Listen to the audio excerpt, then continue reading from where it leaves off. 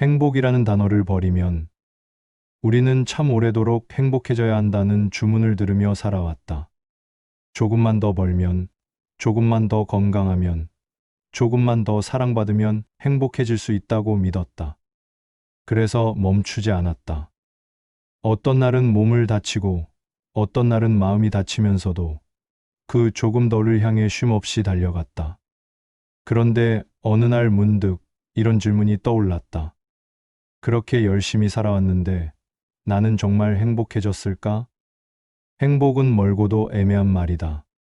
기준도 없고 도착지도 없다. 누구도 확신할 수 없으면서도 모두가 행복해야 한다고 말한다. 그래서 행복하지 않으면 마치 뭔가 잘못된 인생처럼 느껴진다. 그러나 쇼펜하우어는 말한다. 행복이라는 단어를 제거하면 비로소 마음이 조용해진다.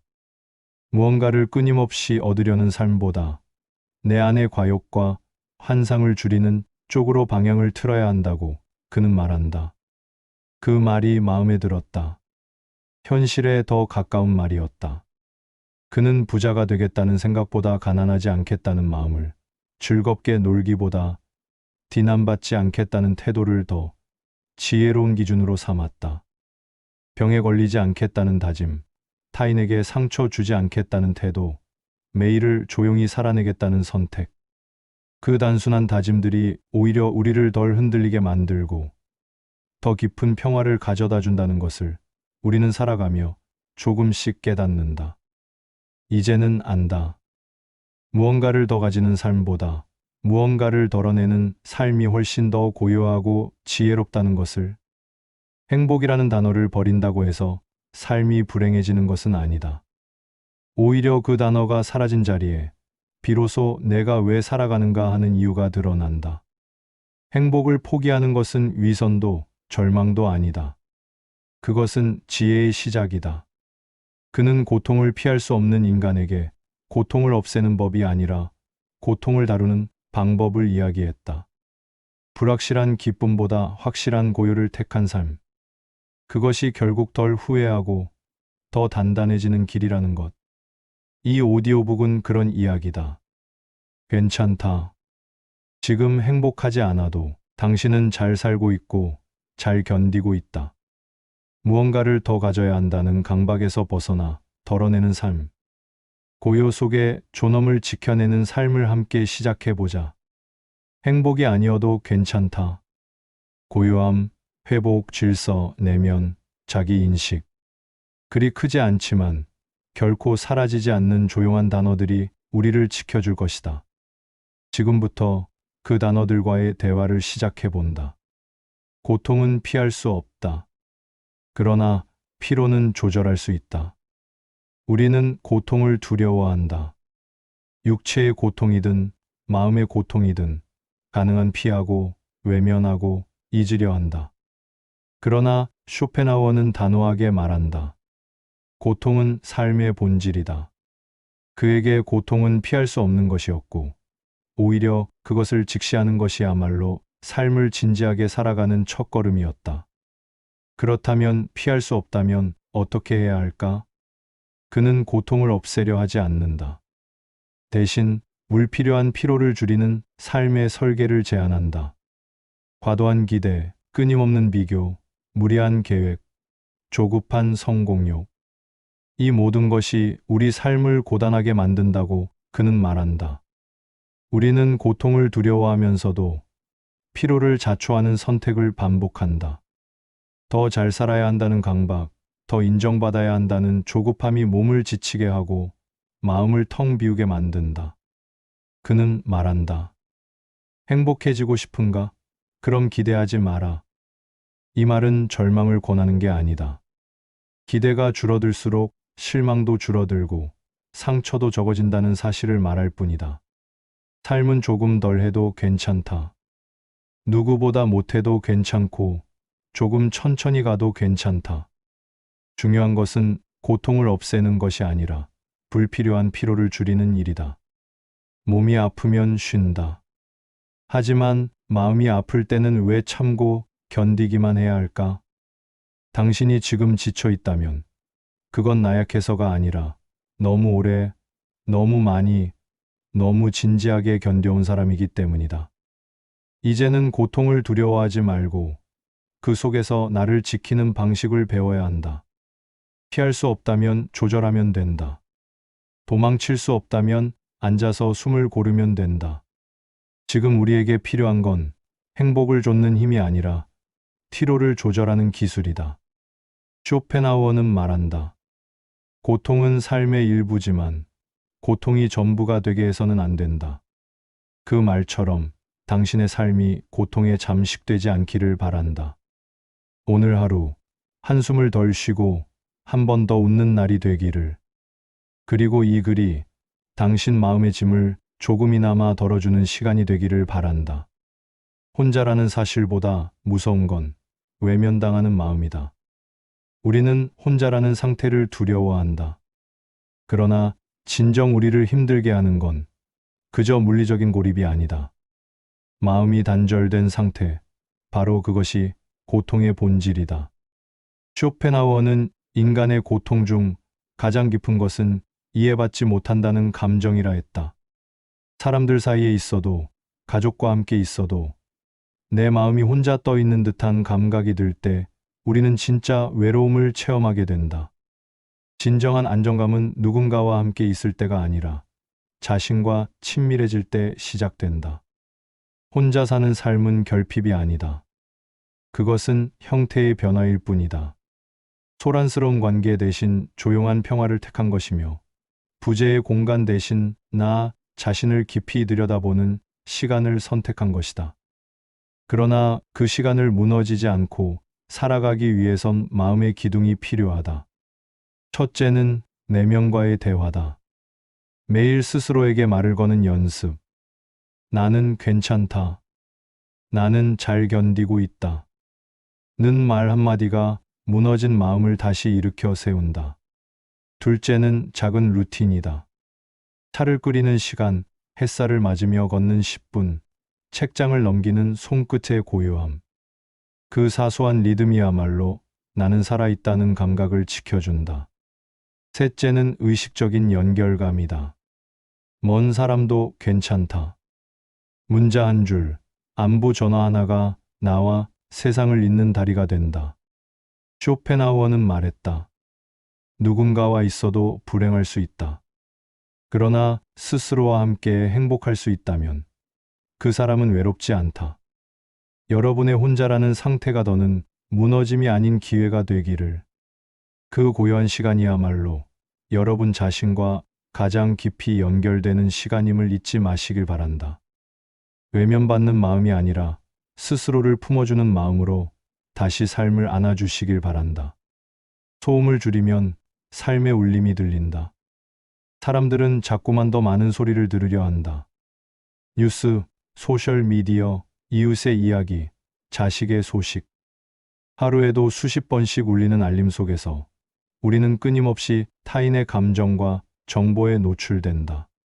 그러다 보면 정작 중요한 것, 내면의 작은 목소리는 점점 들리지 않게 된다.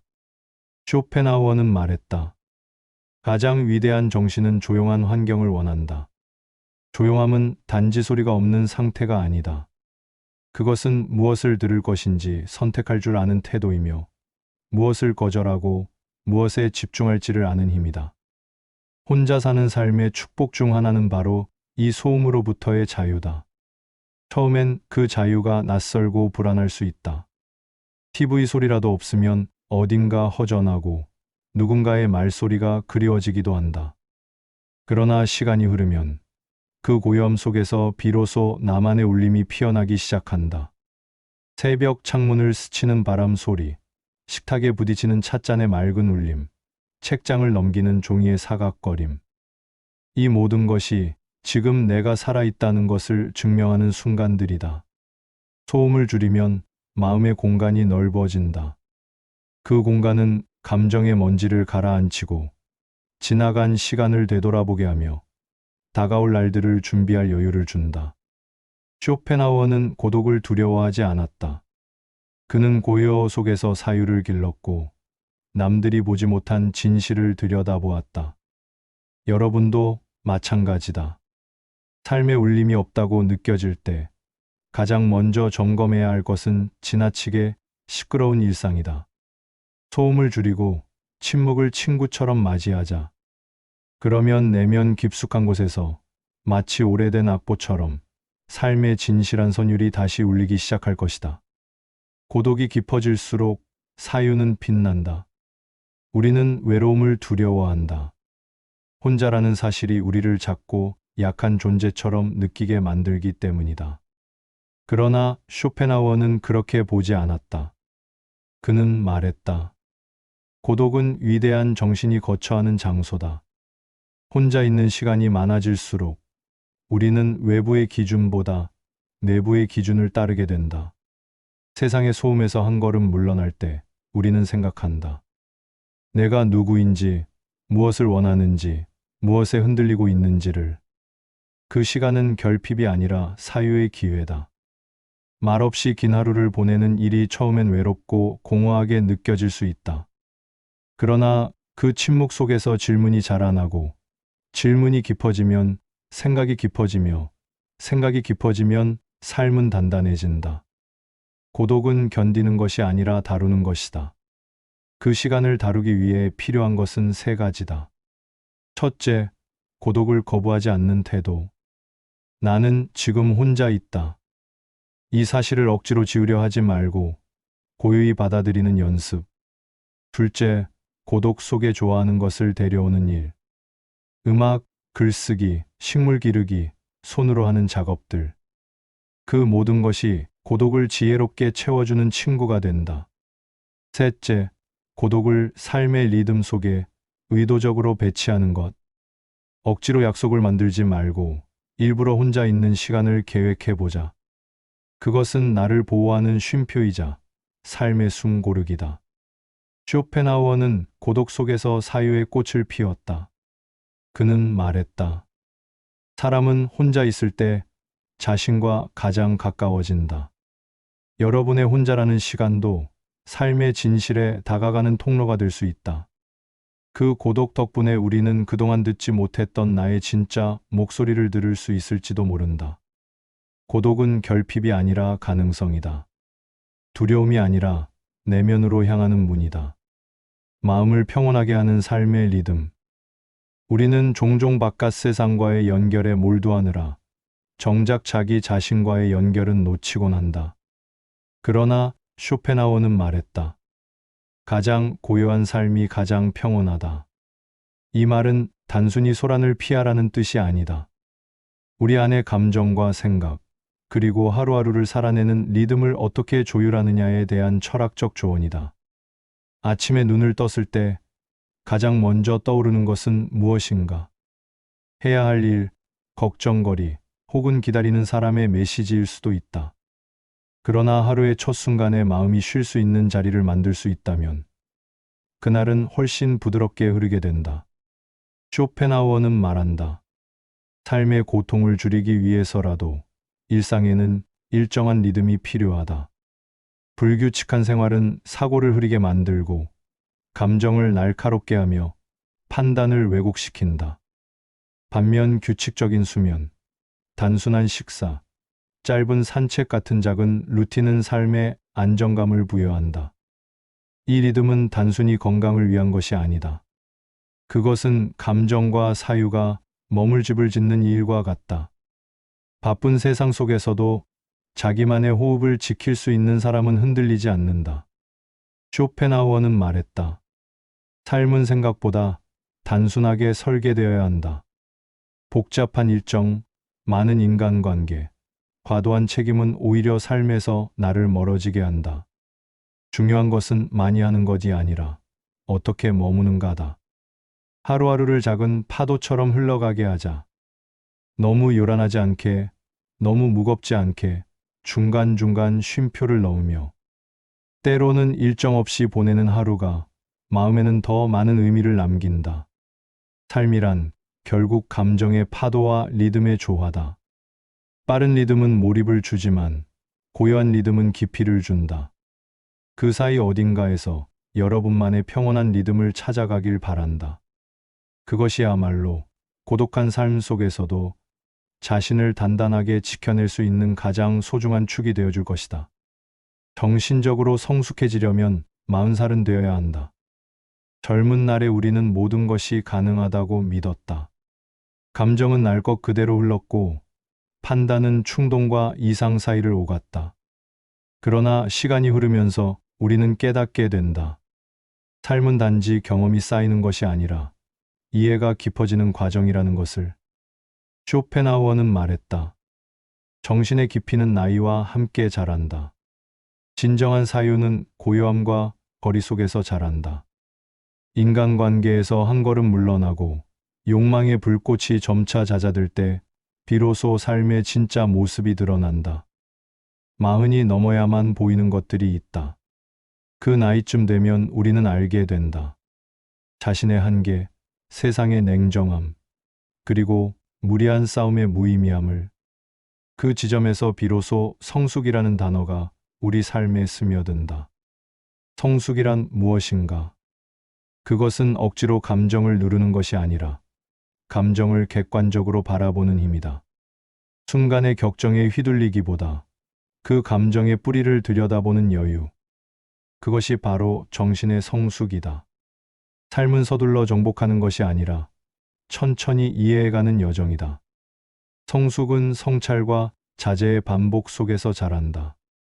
충동을 자각하고 욕망을 다스리며 조용히 나를 들여다보는 시간 속에서 정신은 비로소 중심을 잡는다. 당신이 지금 혼자라면 그것은 고립이 아니라 사유를 위한 시간이다.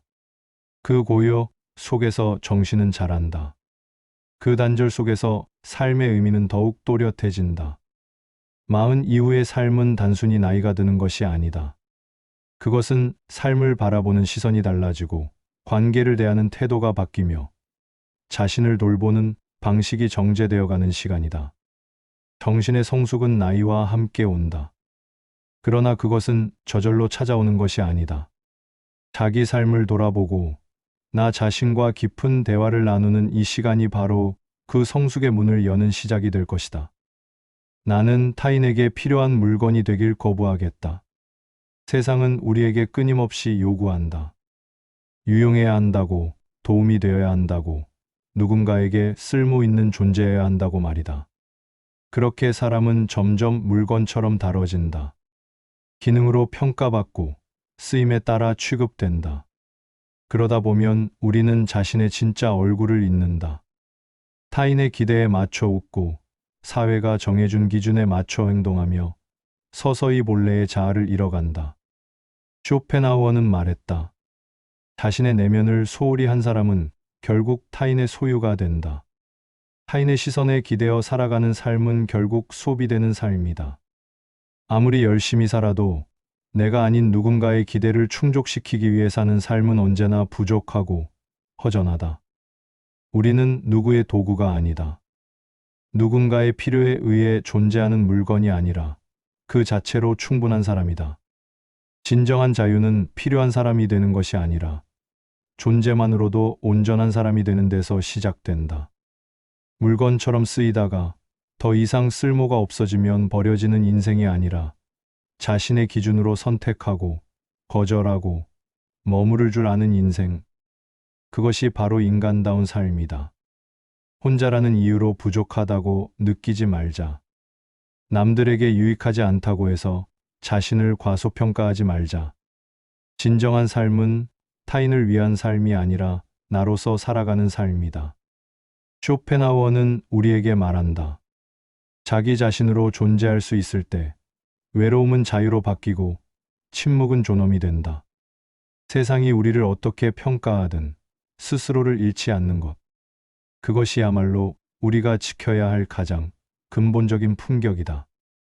현명할수록 명예와 체면이 얼마나 가벼운 것인지를 안다. 명예는 이름이고 체면은 껍데기다. 그것은 대부분 타인의 시선으로 유지되며 실제 삶의 본질과는 거리가 멀다.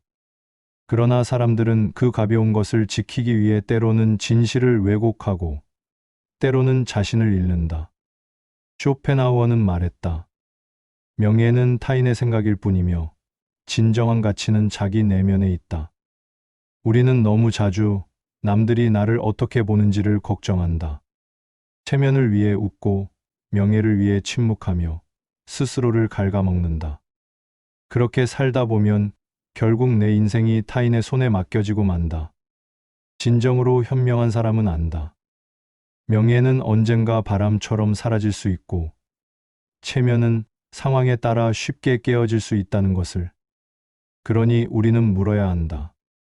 내가 지금 지키려는 것이 정말로 나를 위한 것인가? 아니면 남을 위한 허상인가? 삶의 중심은 바깥이 아니라 안쪽에 있다. 사람의 깊이는 타인의 찬사나 비난 속에서 만들어지는 것이 아니라 조용한 자기 성찰에서부터 시작된다. 진정한 존엄은 타인의 인정을 통해 얻어지는 것이 아니다.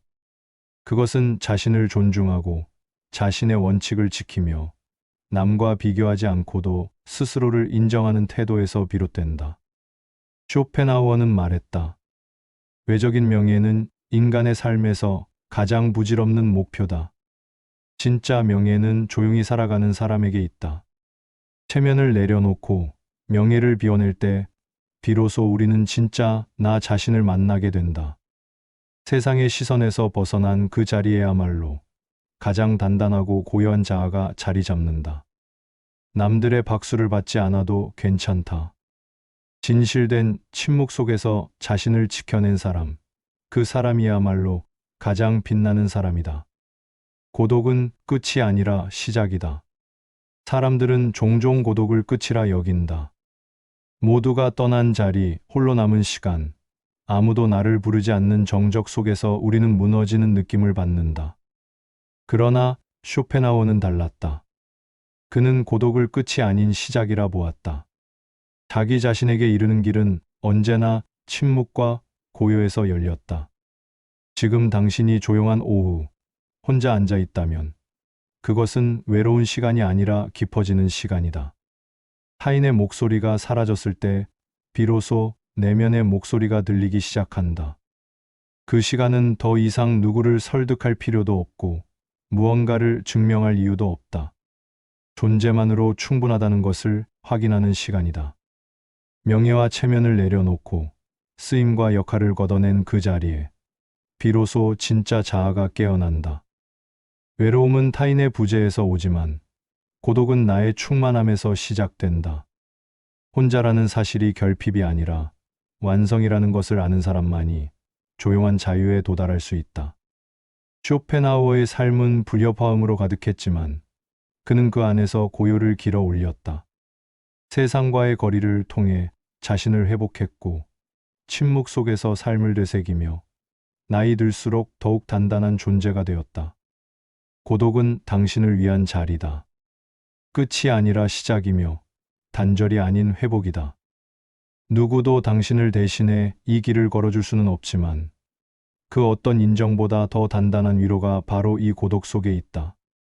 당신이 걸어온 이 고요한 길이 바로 당신을 가장 당신답게 만들어줄 길임을 잊지 않기를 바란다.